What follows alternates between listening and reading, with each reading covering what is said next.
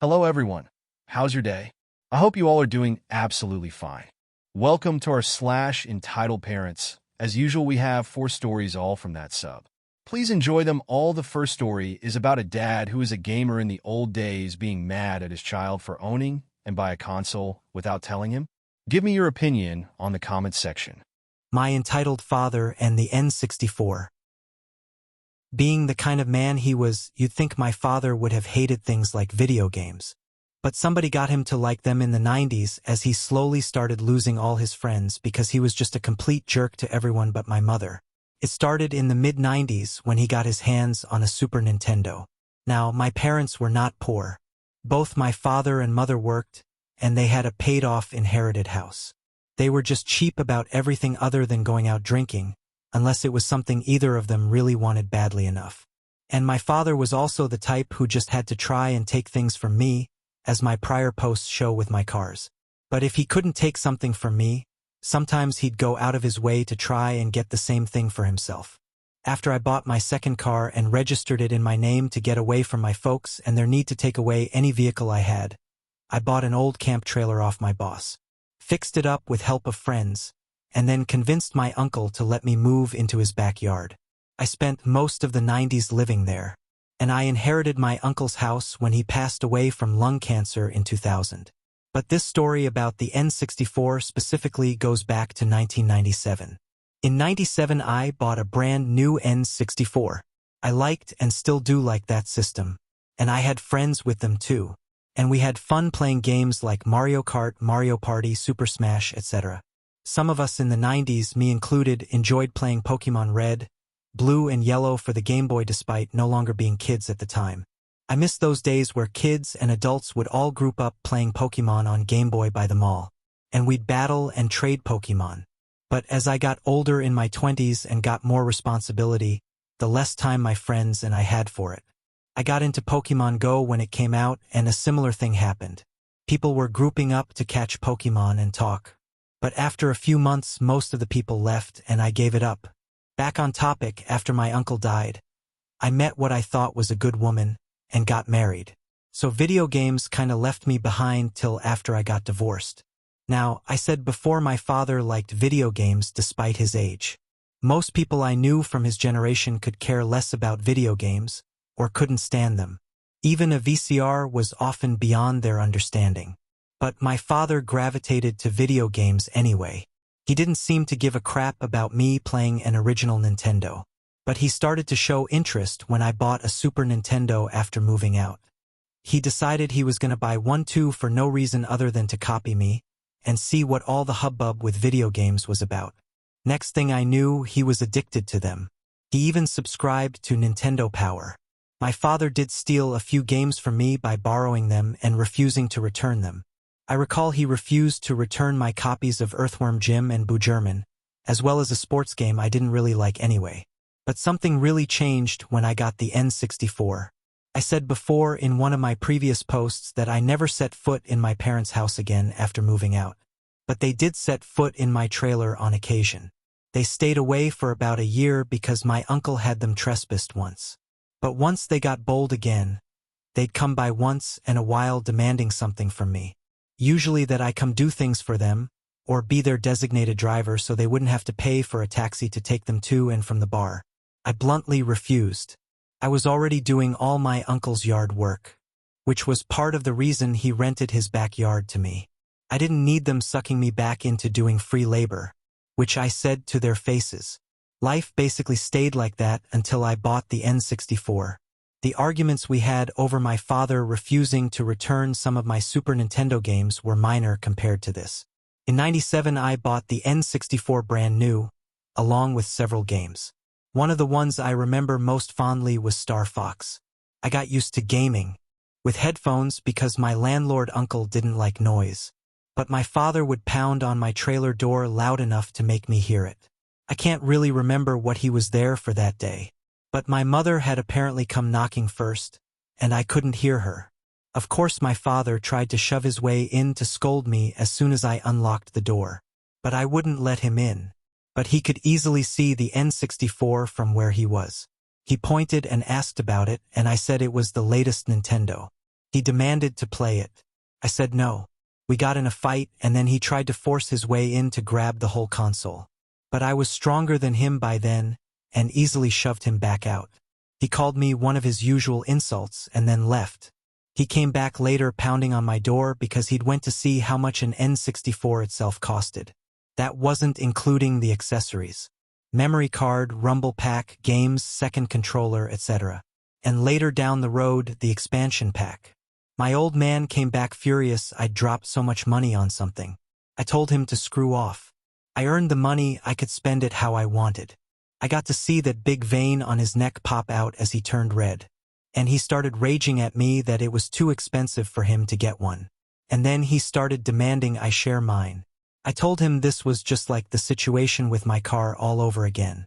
I was not going to give it or share it. And he was just going to have to get used to that.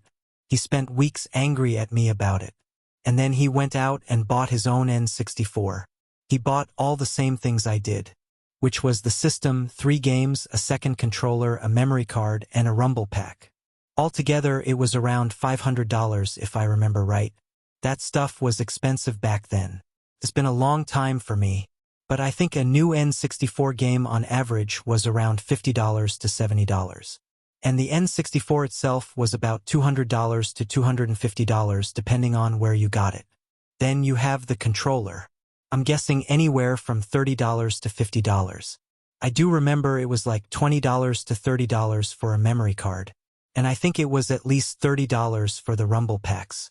My mother was furious he'd spent that much money, and my father got in a fight with her because she was scolding him as if he were a kid. Anyone here have one of those moms who'd point to an older game system and yell, "It's the same thing." And then you'd be like, "It's not the same thing." And then they just wouldn't or couldn't understand. That's basically how my mother was. Unless she was crying about something she wanted. But she didn't care for video games at all. TV or a book with a cup of tea were her entertainment. And she was fiercely protective of her Nancy Drew collection. Either way, a Super Nintendo is not the same thing as an N64, and that's what my parents were fighting about. My father ended up coming back to my place to say it was all my fault, because I had to go buy an N64. So he had to get an N64, and I should have just waited till they got cheap. I just asked him if he was done, and told him to leave. I didn't make him go buy anything. That was all him. He looked like a tea kettle boiling over. Then he kicked something, hurt his foot, blamed me for it, and left with a limp. After that, he denied ever buying the N64 just because I got one. But he did demand I loan him my new games from time to time. But I always refused because I knew I'd never get them back if I let him borrow them. I did allow him to borrow a terrible third-party controller, though. I certainly never got that back. He broke it, then tried to pretend her never had it. My old man did get the GameCube later on as soon as it came out too. But he didn't really go for any other game consoles after that because he was getting old, and his hands would hurt from gaming too much. I still fire up my old systems from time to time, especially since I live alone now. I'm divorced, my kids are adults out living their own lives, and my parents are both 6 feet under. So I have the time now.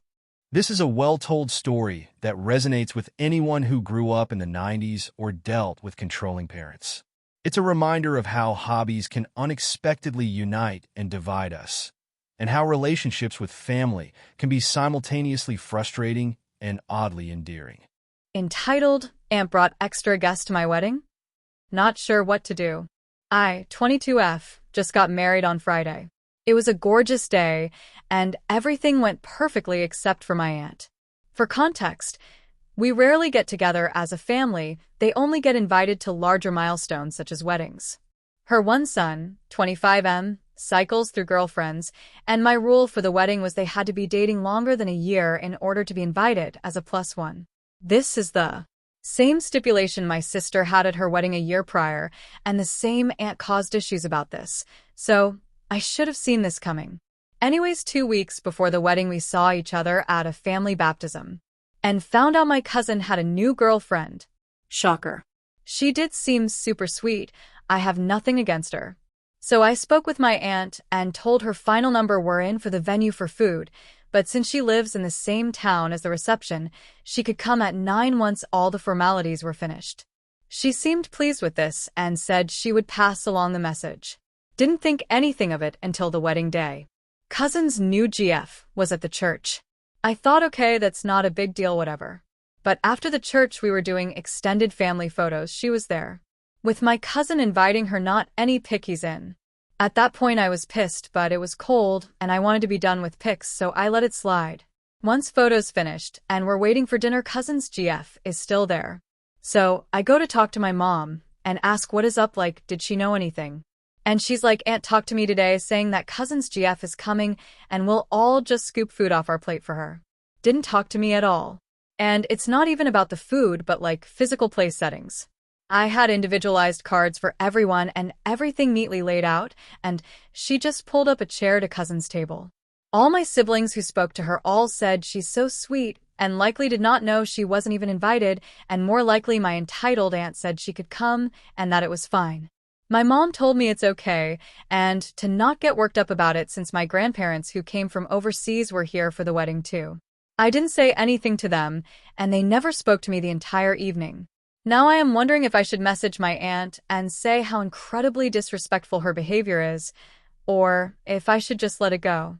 Most of my family is telling me to get over it and saying, oh, that's just who she is, but she shouldn't be able to get away with that. So what should I do? If I should message her, what should I even say? This is a frustrating situation, especially since you had clear rules and put so much effort into making your wedding day special.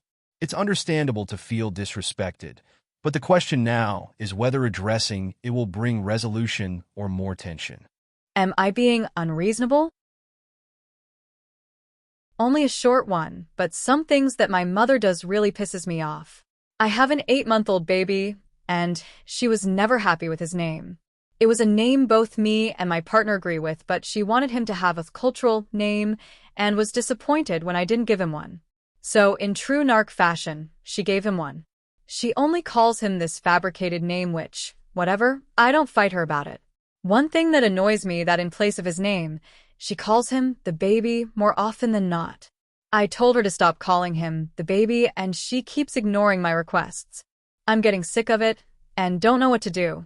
Your young child isn't your BFF. Not sure if it's appropriate for this sub, but I feel that this needs to be said. Too many parents gossip and speak negatively about others, strangers, relatives, and the other parent, to their 3 to 12-year-olds, and I find it bizarre. Especially when the conflict doesn't even involve the child. It seems unfair to turn a little kid against others when they're going to be biased anyway. I've even seen adults in public bullying strangers and involving their children. Your job as a parent is to model appropriate behavior and teach them right from wrong, that if you have a problem with a peer, you address it with that peer. Kids shouldn't grow up worrying about adult issues. It's hard enough going to school and dealing with classmate bullies, etc. No child should have to be defending mommy from people she doesn't like in their free time. Also, using your kid as a bodyguard is all kinds of sick. I've seen mothers on public buses cussing out and threatening childless individuals, knowing they likely won't retaliate because of a child. To me, that's child abuse. Full stop. I worry for my future children since so many of their peers are going to be raised by people who never matured past age 14. Thank you to everyone who reached this point. You're the best. If you enjoy this video, please consider subscribing.